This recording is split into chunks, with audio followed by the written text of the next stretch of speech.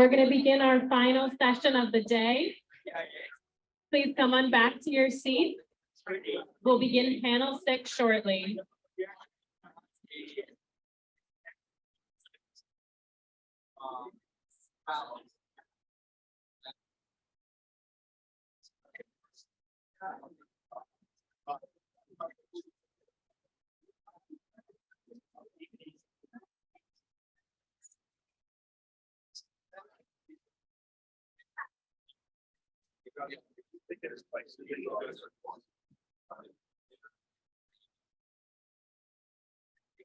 All right, everyone, please take your seats.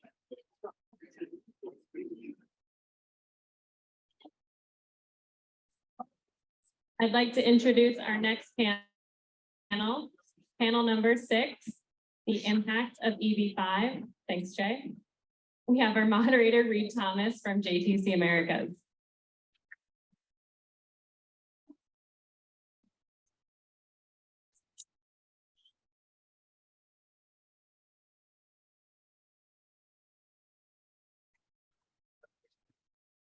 All right, everybody, it's been a fantastic day, I think, in terms of content. I hope you agree.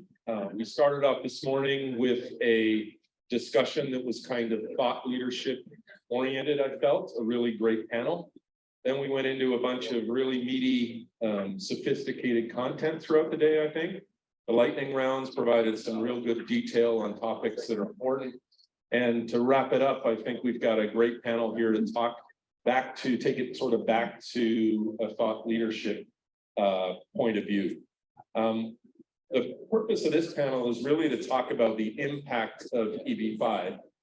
And on the first panel this morning, Ollie asked a question, or I guess it was Aaron who asked the question, right? What's the one thing I should focus on? And Ollie said, should focus on getting more capacity, right? And I agree. I think, you know, as this program is with the new RIA is more institutionalized and professional, if you will, now it's ready to scale, right? So we've got the machinery, the mechanics, the processes in place to really scale this thing. On the market side, something we can't control, the market is ripe for EB-5 capital with interest rates rising. My personal opinion is this program will never get more capacity unless it really runs clean and does what I think Congress intended it to do.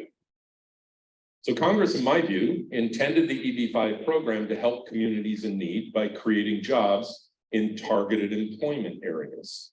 And so if Congress is going to get their heads around more visa capacity, I think we as an industry need to be demonstrating that this program does in fact do the good it's intended to do in the communities, and not just that it's a less costly source of capital for developers. So I'm very interested in talking about that today and hearing from our panelists. I only had a few questions for myself that I created, but so if the audience has any you want to jump in and ask, let's do that. You guys, if you want to just talk amongst yourselves, I'm cool with that too. So let me start by saying, you know, I want your impressions of what is the current perception of the EB-5 program and how does this compare? So the public perception, what's the public perception of the program? What's the media saying? And how does that compare to what you're really seeing on the ground? So let's start with you, Mr. Kraft. In terms of the media perception? Sure, what's the perception, the public perception? Because the legislators are going to rely on the public perception, I think is my view. Well, I mean, with the election that we had yesterday, I mean, the focus has been totally on the election. And I really haven't, I don't have an opinion on where the media stands with the new change. There were some favorable articles, but it's been kind of quiet on EB-5 from a media standpoint. So that's one of the challenges that we have as an industry, though, to project the many benefits and the very positive aspects of the program.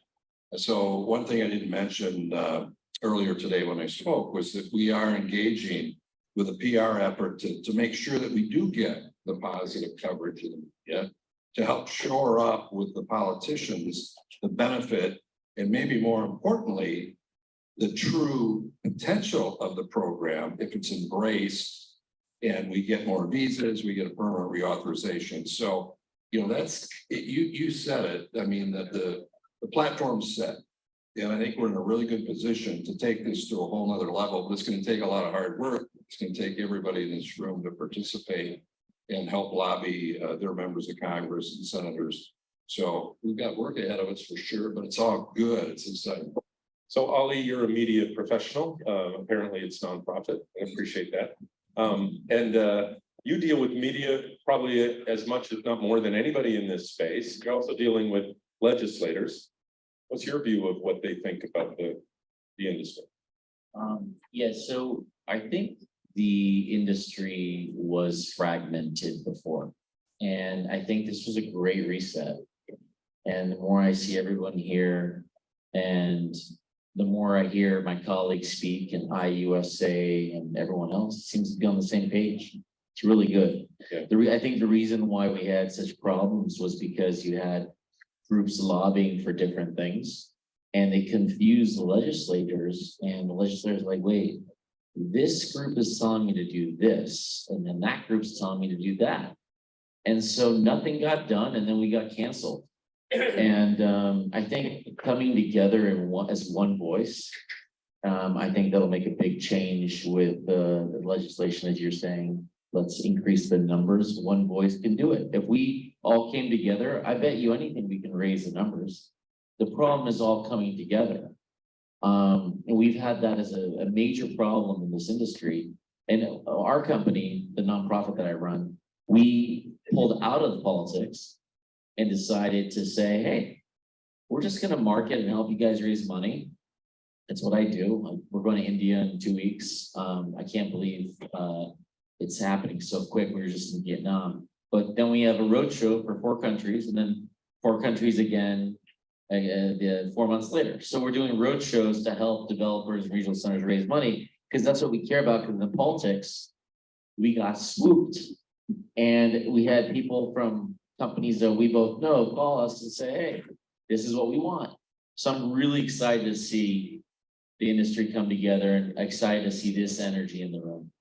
I think that's a really good point, right? It starts with building what the narrative should be amongst this room and promoting that. And Ronnie, you're interviewed frequently by large publications, and you get to comment frequently. Yeah, So what do you think they're saying? And is that well, interesting.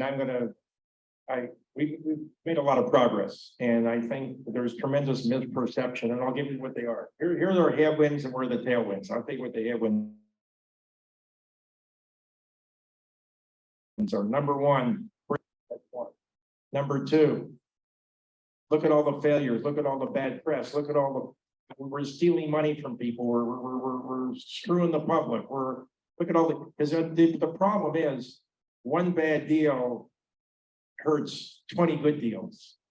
And so that's another problem. Then you take a look at the money's going to these rich people to build these skyscrapers. I'm not perfectly legal, by the way. I'm not suggesting any idea people are doing something wrong. I am suggesting that there are a lot of bad actors in the industry, and it was a disgrace. I mean, it really was. And the law didn't really protect against that. So you're dealing with these headwinds and people asking you, well, why are we doing this? So here's my comments. And I'm very passionate about this for multiple reasons. I'm an immigrant myself from Canada, just so you know, so I'm not like many of you people. I'm not an American, so I think a little different maybe than American. Number one, the immigrants coming in are high end. They go through more security checks. Correct me if I'm wrong. Maybe I can talk to my immigration people. They go through more damn security checks to get in this country than anybody. You come in this country, you've been cleansed by everybody. So you have to explain to people. You're not getting, convicts, or you're not getting political people that have screwed their country and are coming in and all that stuff. You're getting quality people. Number two, why are people coming here? We're a country of immigrants. We're a country of immigrants. People need to understand that. Why do people come here? For 2 main reasons. They want to escape probably their country that has issues, and 2, they want to educate their children. Like, what's wrong with that? Now, next. They're investing $800,000. It's going into our economy. When you take a multiplier effect wherever our economists are, that's billions and billions of dollars of commerce that people don't think about. Next, these people don't commit crimes. Statistically, they do not commit crime. I mean, virtually, I don't think I've ever, because they can deport you right away, and the people coming from other countries, I'm China, you don't commit crimes there. Because the consequences are very great. Our country is very liberal in crime. A lot of other countries are much stricter in crime. You don't commit crime in some countries if you want to stay alive. You know, it's a different mentality. And then I say, and this is true, this is a true story. I'm prejudiced a little because I have a Chinese daughter-in-law who's brilliant. The #1 educated group in society today are Asians. Publicly known. You research it, they have the highest level of education, and they're actually being excluded from high-end universities because there are too many of them. I don't mean in the bad way, I'm saying they're actually, Harvard had a famous case about that because the Chinese sued them. And that was a different story. So you look at who's coming in the country, I'm talking about everywhere, and I'm not talking just Asian, I'm talking everywhere. People are coming here for a reason. The next effect, I wish Lee was here because he'd be my analytics side, Lee. How much tax dollars, how much money do they spend in income tax here? They don't just come here, they don't go on welfare, they educate their kids, they bring money in, they invest it. What are they doing? They're bringing up, instead of a brain drain or a brain input, they're bringing people that are highly educated, earning money, don't commit crimes. We're talking about not a lot of people. What am I missing? And this is a message we got to get across to people. That this is a great program. We're a country of immigrants. Why don't we should be reaching out to bring in people like they're coming to this country and by the way, all legal, right? All legal. So let's understand that. We're not, so why are we, and you have to say to people migrate all the time. We let people in, and I'm saying it's appropriate. There's cases, the Cubans who refused and expect the Russians, the Jewish Russians years ago, now some of the Ukrainians. They get in immediately and get a green card.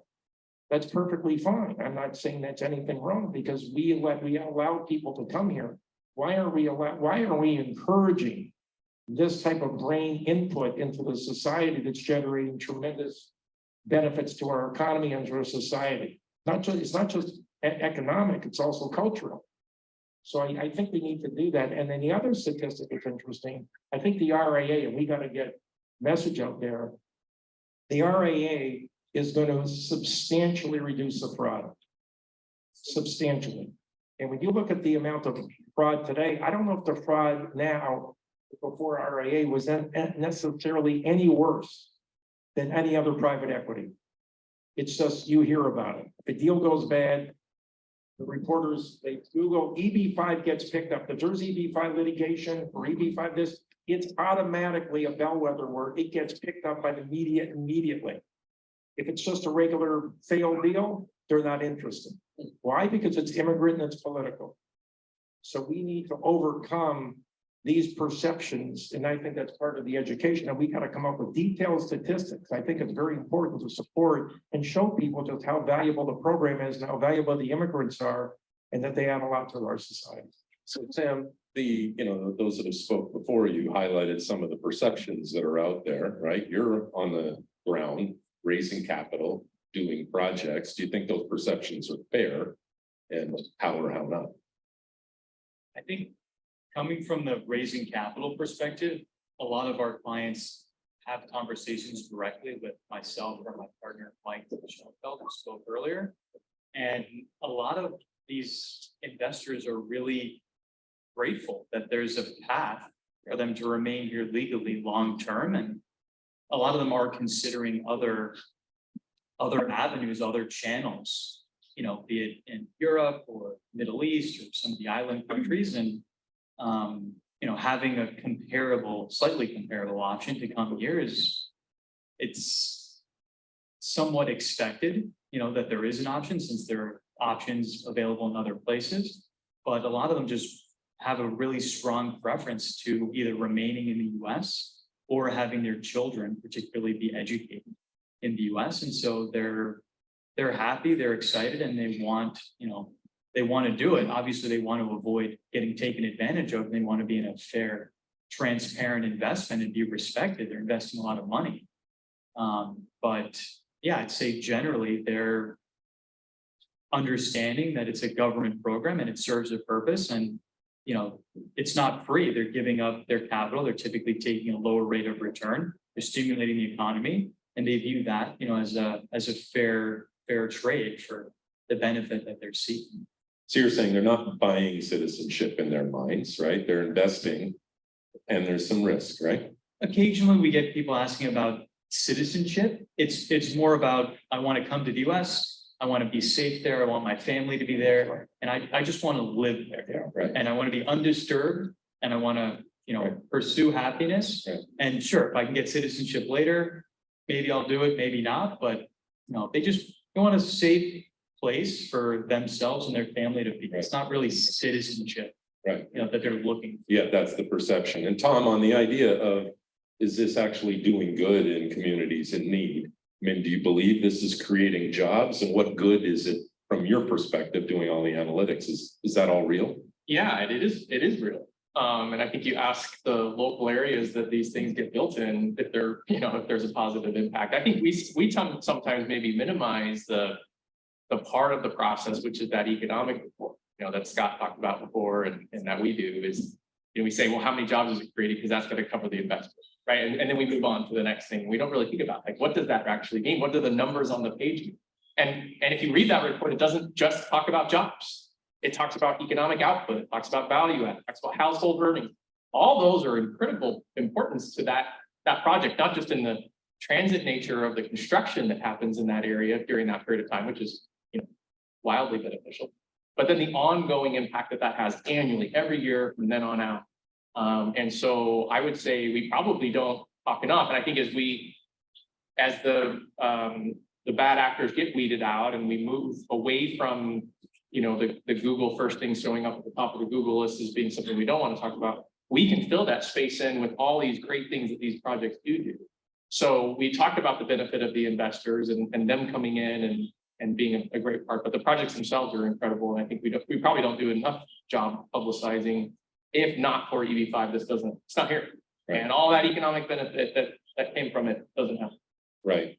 So I'm interested in the idea of how we fix this with legislators, because I think what you're hinting at, right, is that we don't promote enough the job creating economic benefits of this initiative.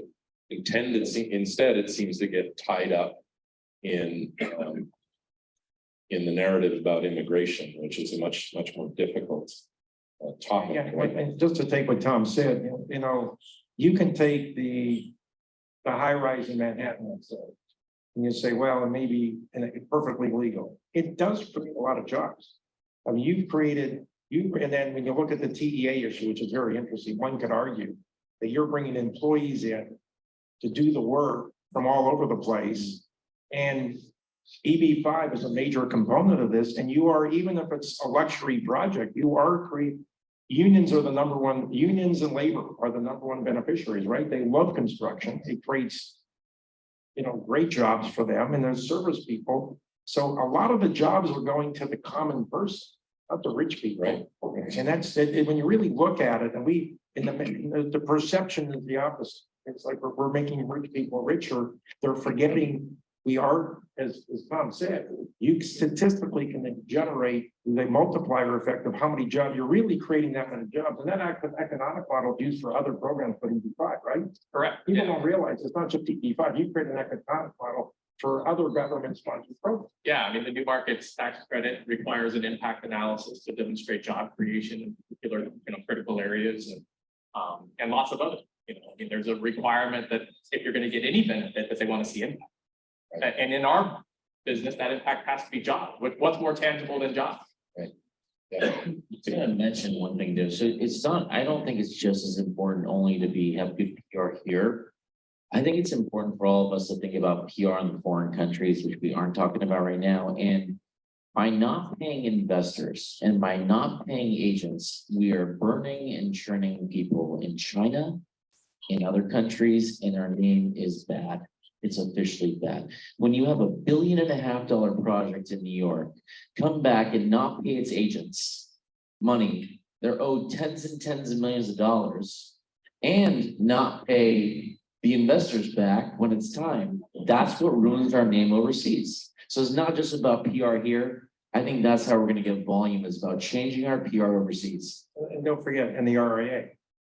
The RIA is gonna make a difference. It is gonna make a difference, and we're weeding out, as everybody says, we're trying to weed out bad projects, bad actors, and maybe you.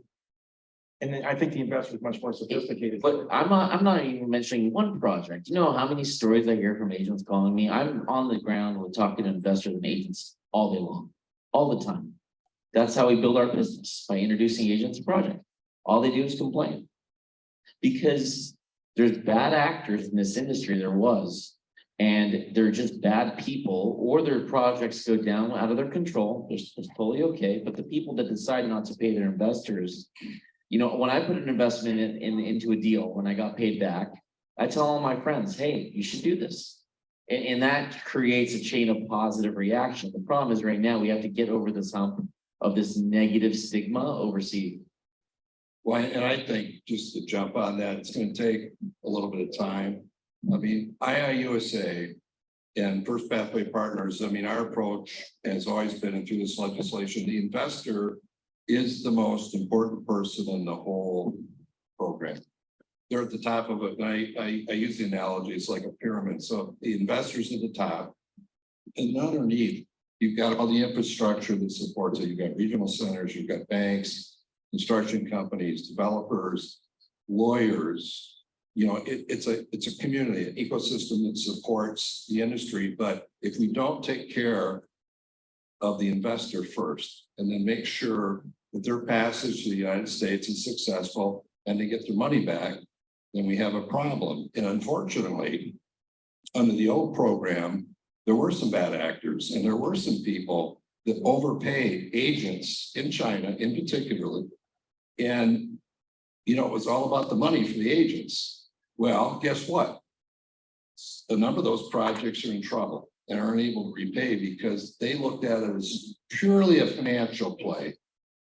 The EB-5 money was less expensive than equity. So they were able to overpay in the market, and the regional centers that were operating with very conservative projects thought they had commitments from agents, and then all of a sudden they moved on to another project because they were being paid double. And look what's happened now. So I think the new law, and one of the reasons we are very, very supportive of it, is going to clean all that out. Fee disclosures, you know, making sure there's more transparency. And again, it's to protect first the investor, but it also is going to protect the industry and make it healthier and weed out a lot of the people that saw EB-5 as easy money. We had over 840 regional centers authorized at one point. And half of those people, I would say, didn't have a clue as to how complex the program is, how important it was that we did the right thing for the investor, number one. It was all about the money in some cases, and or they were legitimate in terms of their interests, but were naive with respect to the complexity of the business. Ali had a slide up on, you know, the journey.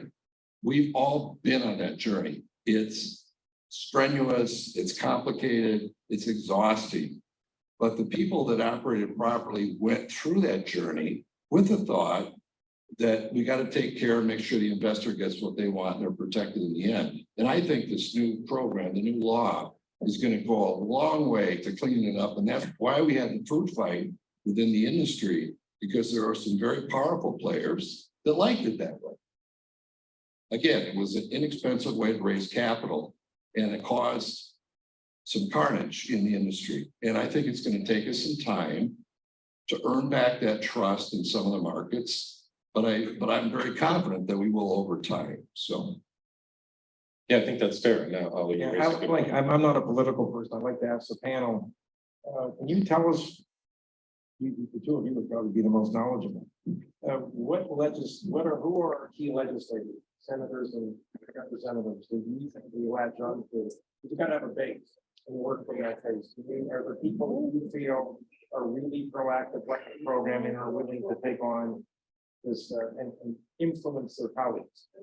You know, take So I've been, nowadays, I won't invite any political people speaking at the events, but we've had senators and everyone, but nowadays I have no time for that. Because there's just a lot of back and forth between politicians and politics. But if I was gonna latch on to one person, and Bill knows this, I don't know where he is, but him and I went and talked to Rand Paul.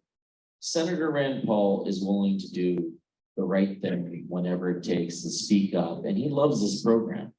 So if I was gonna say, hey, we got a group together that's gonna help, Rand would definitely author a bill tomorrow and help.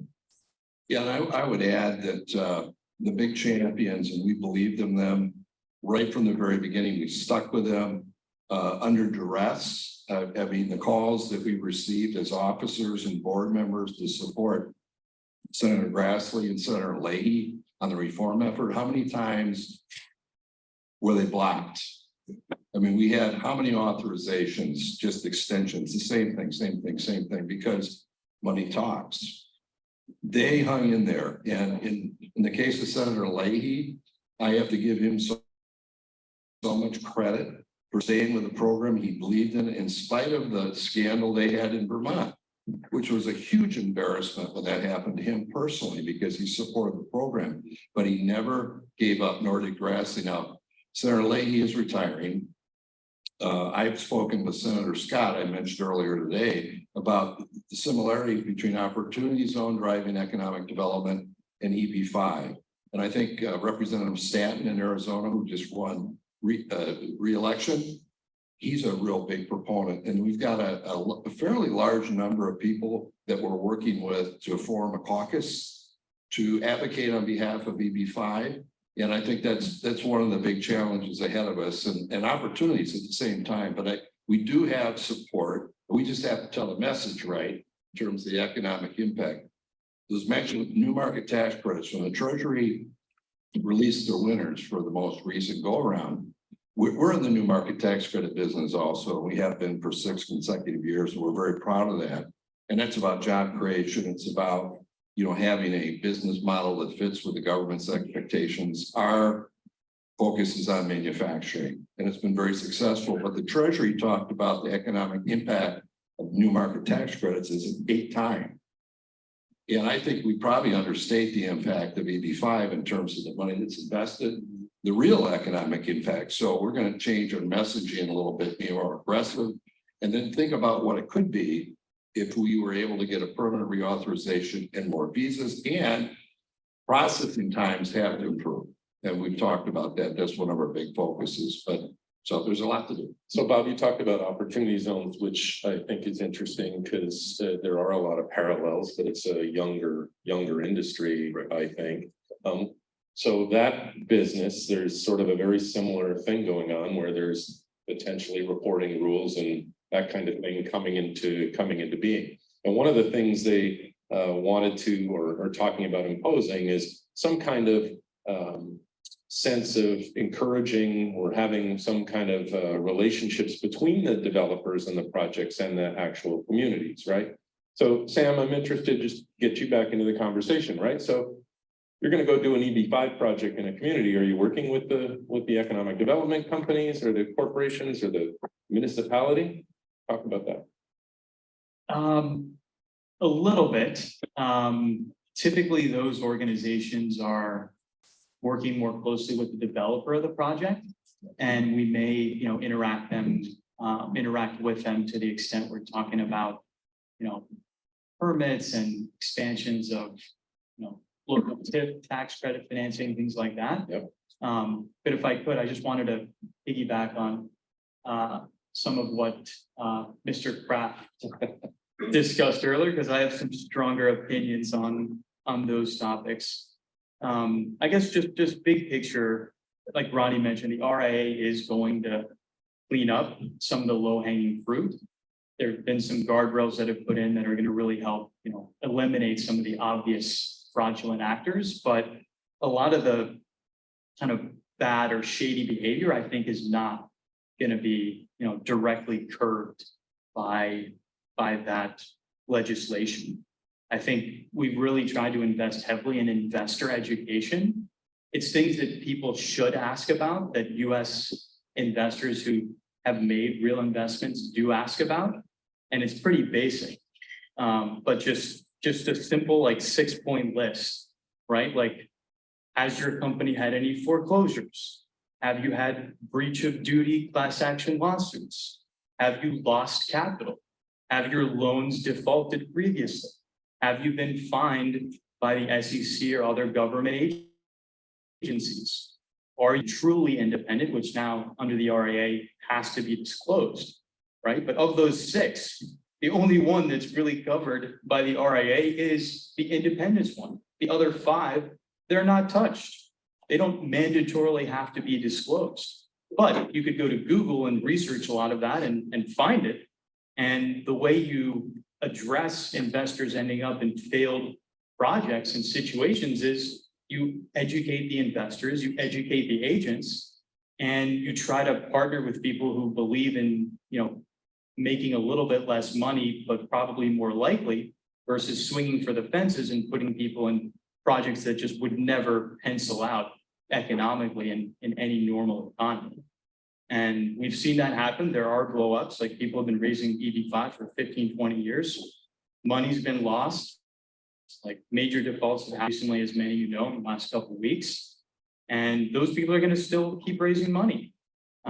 It's going to keep happening, but just at least educate the client and just say, yeah, this person's raised $2 billion, but they've also lost $400 million of that.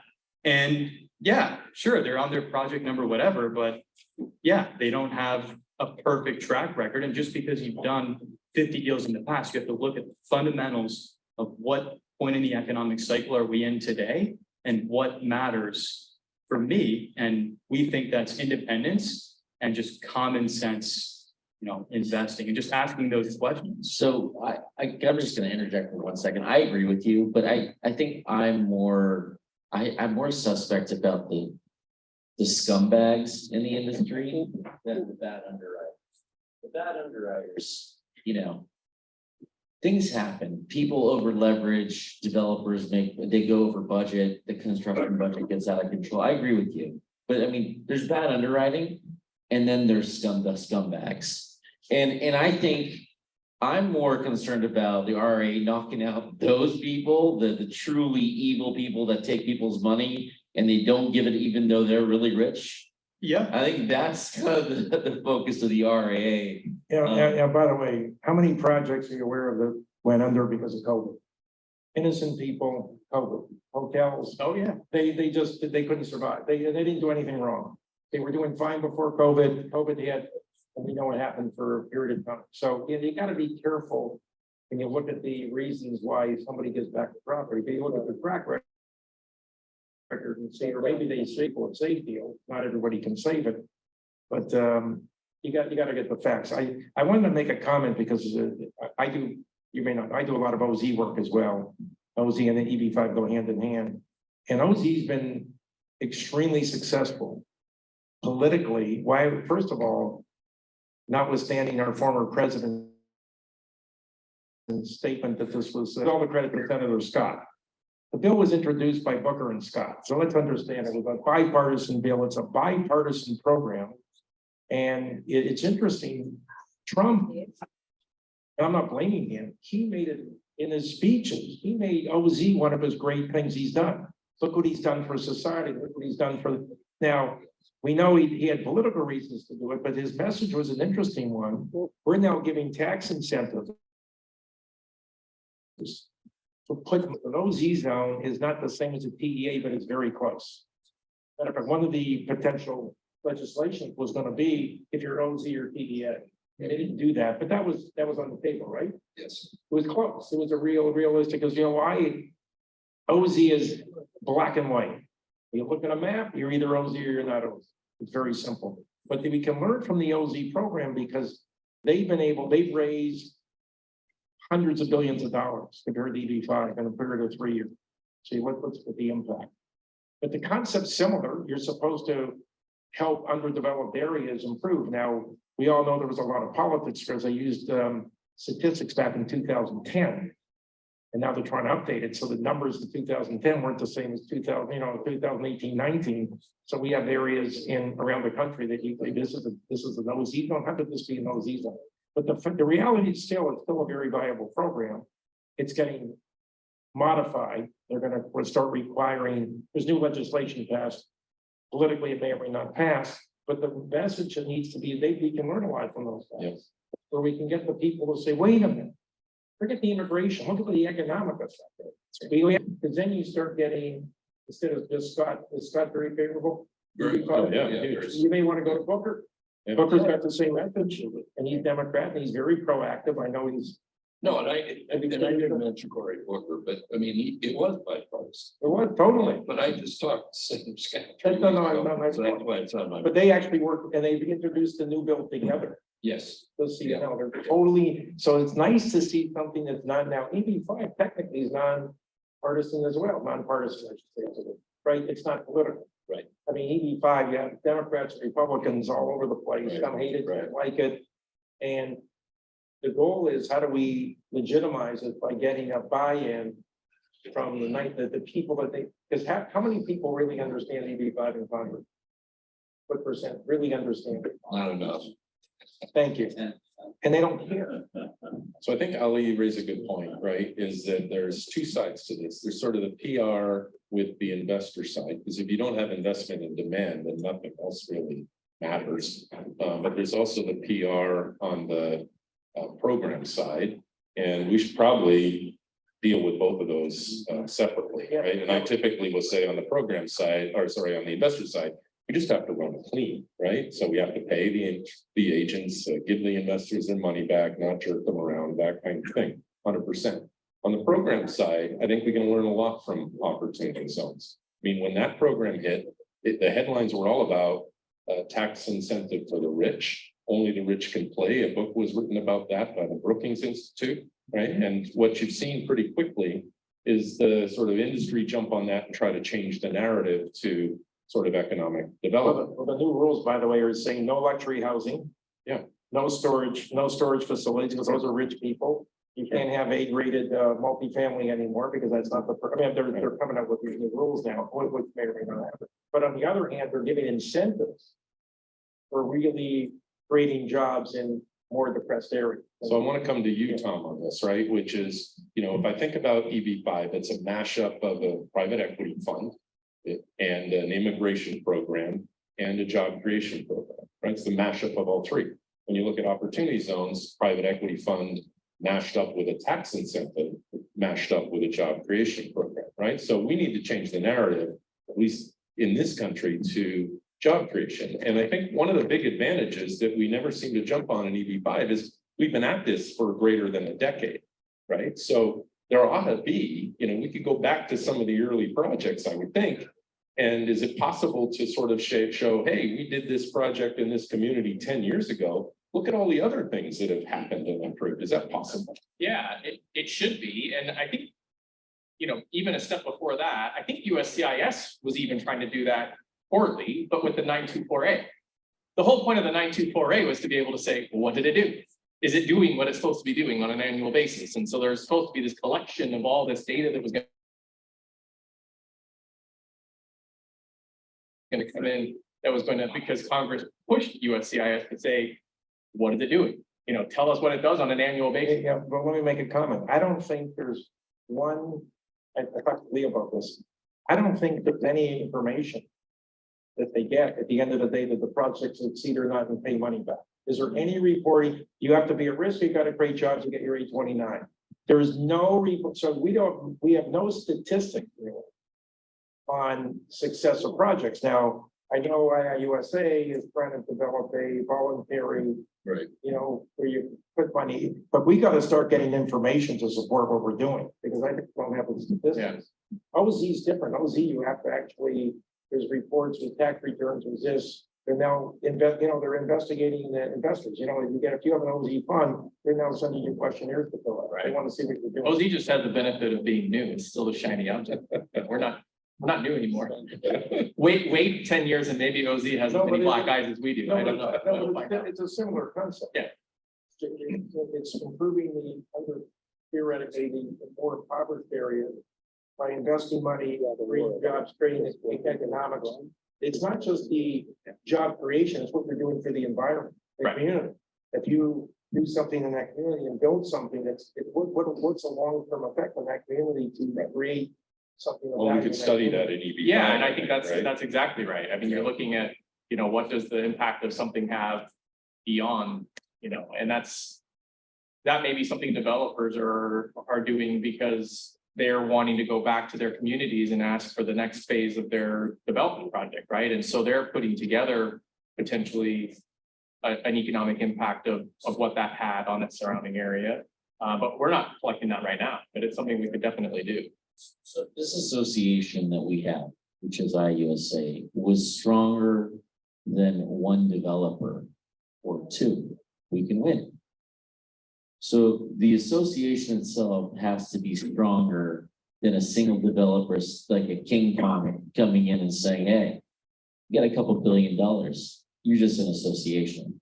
Now, I think that's where we win, is by getting more membership into the association, by getting everyone on the same page, and by standing on one front and saying to one developer, no, you can't mow through this industry, rape and pillage, and then jump out.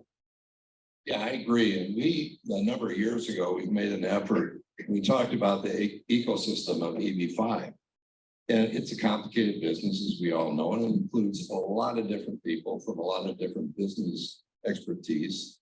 And we need more developers. We need more economic development groups in cities. We made an effort a couple of years ago to sign, it's a coalition to support EB-5 mayors, you know, people that are involved in local communities supporting EB-5. But you're absolutely right. I mean, there's strength in numbers, and we need to expand the association membership, have more voices locally, make sure that we educate local municipalities, cities, states, counties about the economic benefits and the impact, the positive impact the industry has had in their communities. And so that's about information gathering, which we have to do a better job on, and Lee's working on that. That's a big focus for us. We talked about at the leadership meeting in Milwaukee in August that you talked about a lot, and you're absolutely right. So we have to do a better job to compile information to help make the case that it is an economic driver for this country.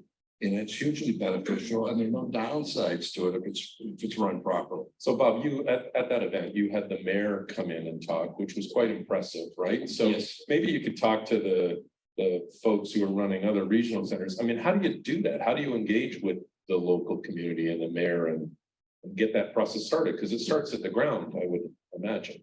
Yeah, I mean, in Milwaukee, the former mayor, Mayor Barrett, actually was willing to participate overseas on trips, which is important to show credibility. After the 2008 meltdown, nothing was happening in Milwaukee, and EB-5 money helped get the city of Milwaukee going again, and then other projects began because confidence was regained, et cetera, et cetera. But we've always been very involved in politics in the state, both sides. I mean, it's about business. And you can have different opinions on policies and different things, but at the end of the day, you have to be able to come together and look at, you know, kind of a common objective, which in the case of EB-5 is economic development, and it's good for the state, it's good for the county. So we were able over many years in prior businesses that I ran to develop good relationships with the local leaders, and they've been very, very supportive. The former governor of Wisconsin, Governor Jim Doyle, worked for me for 5 years. He was a partner at Foley and Lardner, which is a big law firm. He was very helpful overseas, again, providing credibility to investors overseas, but also in the local community to help us align with economic development groups, to help them understand that EB-5 capital can be a very, very strong part of rebuilding the city or expanding impoverished areas, you know, doing good for the community. And I think we've been very successful locally. I would just encourage everybody to make sure they are connected to the city, to the municipality, the county, the economic development groups, you all have them, and encourage them to learn about EB-5 and understand what you can do for them, right? Because their job is to drive economic development. And I think across the country, we haven't done maybe enough of that, but we're trying to encourage that through IIUSA through the communications, we provide education, et cetera. So we're reaching out nationally to all these communities. Then you've got something really powerful where the mayors, you know, are lobbying the congressmen. Of course, we work with the representatives and the senators from our state as well. Both sides, doesn't matter, it's business. So. Yeah, let me just add to that. It's interesting. In OZ world, the former Secretary of HUD, Senator Cabinet Member Carson, he was very pro OZ, and he was ahead of HUD. And he said, he said, any HUD financing, we waive fees prior to processing. The mayor of Miami, you have an OZ project, see me, we'll do your plans fast. The governments are buying in because they love the concept. Every mayor and governor wants commerce. They're probably, most of the governors and mayors are probably pro EB-5 because they have the same mentality. They want economic development. That's how they get reelected. That's what they look for. So they're all, and you get these people, they'll come and talk, they'll lecture. They're happy to associate with, like, if it's the stories right. And so I think when you look at the OZ program, they've been very successful because, you know, SBA has an OZ program, specialty program just for OZ. They have special processing for that. So you're seeing that the OZ is taking advantage of, and by the way, you know, their kickback is for the rich. Guess what? You want to get a permit? You're gonna build a road. You're gonna build this. You're gonna build a school. Yeah, we don't So call it kickback. I don't mean it in a bad way. I don't mean a bad way. I'm just saying. Ronnie. That's no, it's not. You're not kickback. You want to read, you want to have it on your property, Incentives. and they're gonna get incentive. There you go. EB-5, the EB-5 should be no different. We should be following that lead because it's been very successful. I sat down with Gavin, I don't know, it was right when he got elected. I'm on the film commission in California and I work with them a lot. And he asked me, he's like, this is for the rich, right? The OZ. Yeah. Okay. And so the perception even to the governor Yeah. is that this is a, tax incentive or it makes the rich richer. And I think OZ still has a big hurdle. Yes. And so California does not recognize opportunity zones. That's a big deal. Yeah. They don't conform, it's non-conformity. They don't conform. But we have examples of where we built relationships in our community, and that's with TEA. You think about it, before when you had to get a state certified TEA letter, who did you go to? You had to go to somebody who was certified, and then you had to talk to them and convince them, and then they got on board and they bought into it. And you think about the states that, and Scott talked about this earlier, like you could string together an infinite number of census tracts because the state understood this is good for us. Yeah. We say yes, and then they build something here. So we have examples of this in our community where we've already bridged and talked and communicated and got people on board. And not every state was on board. Some were more difficult to work with than others. But when they did get it, when they did understand, all of a sudden things moved. So we have examples. So George, I think you have a burning question. Well, that question, I just want to give an example of how we kind of do what Bob is talking about, and it's, I work very closely with an attorney in Atlanta, a large firm in Georgia, that he specializes in setting up JDA, RDAs, public partner, PPPs across the state, and he now invites me to come to those and speak on EB-5, another one to speak on OZ, and another one to speak on new market tax credits. So there's 3 experts in those fields that team up. That takes us to almost every city and county in Georgia throughout the last 5 years. Now, not knowing EB-5 at all, these small towns, it's a long process, but it is building that particular thing. And then I'm also a member of the Georgia Economic Development Association and the Georgia Chamber of Commerce, so I go to all their meetings in order to talk about EB-5 as well. So it's something we could maybe carry across the country. So let's talk about the other side that Ali brought up, right? The sort of demand side in terms of PR. And Sam, I want to come back to you, right? Because we haven't talked much today about sort of the rent-a-center model, right? I know you do some of that. I don't want to put you in that box because you also do your own deals, right? But so these new rules may create a lot of stress on you. And how are you managing sort of that part of the relationship to make sure things run clean? Because now all the pressure's on you, right? Yep, that's a good point. So thankfully, we have a pretty robust compliance team already in place, and under the new rules, obviously there are very specific requirements that we'll have to continue to fulfill going forward. And we're excited. We've filed a lot of 956s already. We've gotten the first one approved in just a little over 5 months. And within the next 8-10 months or so, we expect that we'll have the entire country covered. So we'll have all 50 states plus the territories. And we're very excited to continue to onboard new projects. And we believe that if you just follow the rules are pretty clear, law's pretty specific, that we'll be in compliance and we'll maintain obviously closer oversight in following with those new rules, but we don't really view that as kind of a detriment. Yeah, that's where I wanted to get to on this, right? So these, forget the term you use, right? But the projects, that the affiliates that partner up with you for the regional center, you're responsible at the end of the day for making sure they do the right thing from a compliance perspective. So how do you set that up? I imagine there's other folks in the rent-a-center business here. But how do you set that up to make sure that you sleep at night? A very detailed compliance manual for what they're signing up for, what is going to be expected of them in terms of reporting, transparency, access to financial information, construction information, photos, site visits, and all of that is very clearly contractually laid out at the beginning. We do an onboarding webinar with each new affiliate, so they know exactly, what times of the year requests are going to come in, how long they have to complete them, and our team's available to, answer questions and follow up and just zero tolerance policy. They don't follow the rules, 1 or 2 weeks, haven't gotten the information, they're gone, terminated. They didn't, yeah, we can't have a problem if we follow the rules and then terminate someone because they failed to follow the rules, right? So that's kind of how we're approaching. And obviously some people, they don't want to have that level of compliance, someone else looking over their shoulder.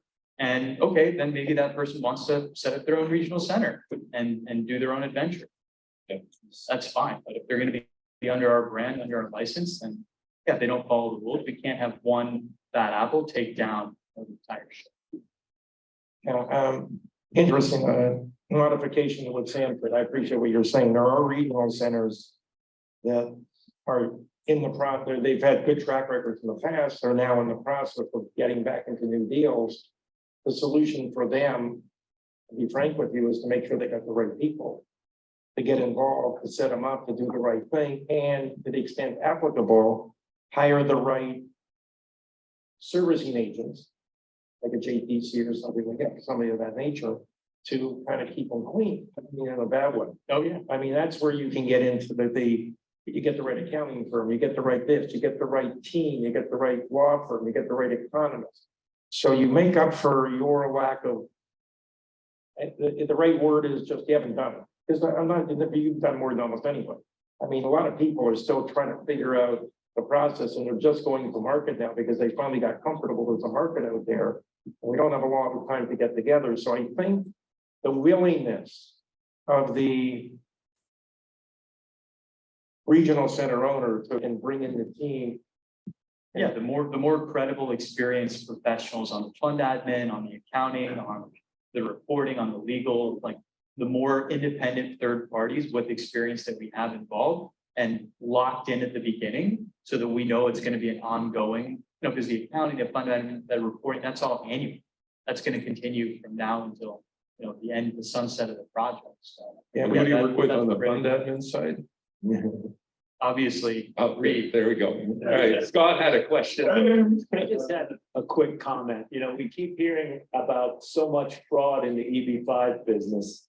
And I know this is sort of like negative bragging, but the idea is if you look at the PPP, remember, and you can go back into any government program, the paycheck protection, right? That just happened for COVID. It was $800 billion and they were talking about people taking money overseas. 10% of it, they said, was complete fraud. That's 80 billion. That completely dwarfs the entire EB-5 industry. Yeah. So, and that's just one government program. So. Well, and Scott, you make a good point. Certainly there were bad actors and there was fraud in the industry, but I would challenge any industry as you look back on insurance, pharmaceutical, banking, you name it. I mean, there've been problems. I mean, it's business. And, you know, as a percentage of the total picture, it's been fairly small, but it becomes sensationalized because, as was said earlier, it's immigration, whatever. And that's not to forgive it or condone it. I think the RI will change things and improve it.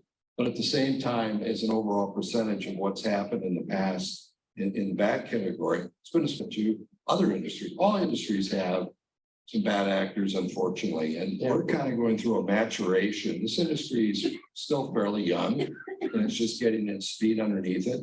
And we've had some bumps, but I would put it up against any other industry. If you really wanted to dig into it, it's been more politically attractive for media and other people to attack it because it's tied to immigration. So I said earlier, I think one of our challenges and opportunities is to drive the economic development aspect of it because it's an investment program that is really good for the country. And yeah, people get into the country on a faster rate, but these are quality people, as Ronnie was saying. These are people we want in this country. And so we've got to change the Yeah, yeah. By the way, today's a good example. We are live streaming for media. I want you to know, we're live streaming, and they're gonna get, I hope they get the message. Because I get them the message every day. When I always try to tell them, this is a good part. You hear all the bad stuff. Okay, I'm tired of hearing all the so bad we stuff. only have a few seconds left. I want to let wanna Ali get the last word. He's been trying. Thank you. I want to say, like, we have allies in all these industries, like with EB-5. I want to say that, Governor Jared Polis, huge ally. Yeah. So if you guys want to do a project in Colorado, whether it's EB-5 or its opportunity zone, you will get support from his economic development office. There's other states like that and other governors that are very pro what we do. So I just wanted to let you guys know to reach out to the economic development offices and, ask them for some help. With that, I think our program is done. So thank you to our panelists. And Brenna, what's next? All right, that concludes our last panel of the day. So a big round to all of our panelists, all of our moderators. I think we had a really fantastic selection of speakers today. And I know Ronnie and Reed might want to provide a few closing remarks before I give directions on how to get to the cocktail session. The most important part of the day. Just real quick, thank you everybody for coming. Appreciate it very much. I hope you enjoyed it. I found the content to be really, really great. Good mixture of thought leadership and real deep content. And I want to thank my partners at Arnstein and Lehr and all the folks who organized this. I keep doing it. Yeah, I'm slow. We're still NES too, right? So whatever. Okay, well, anyway, I'll let you finish. We have a cocktail party upstairs now. You can network, do what you want. If you want to have meetings, there's conference rooms, whatever you want, but it's a great, the food's gonna be great, and you just go right up to the 17th floor.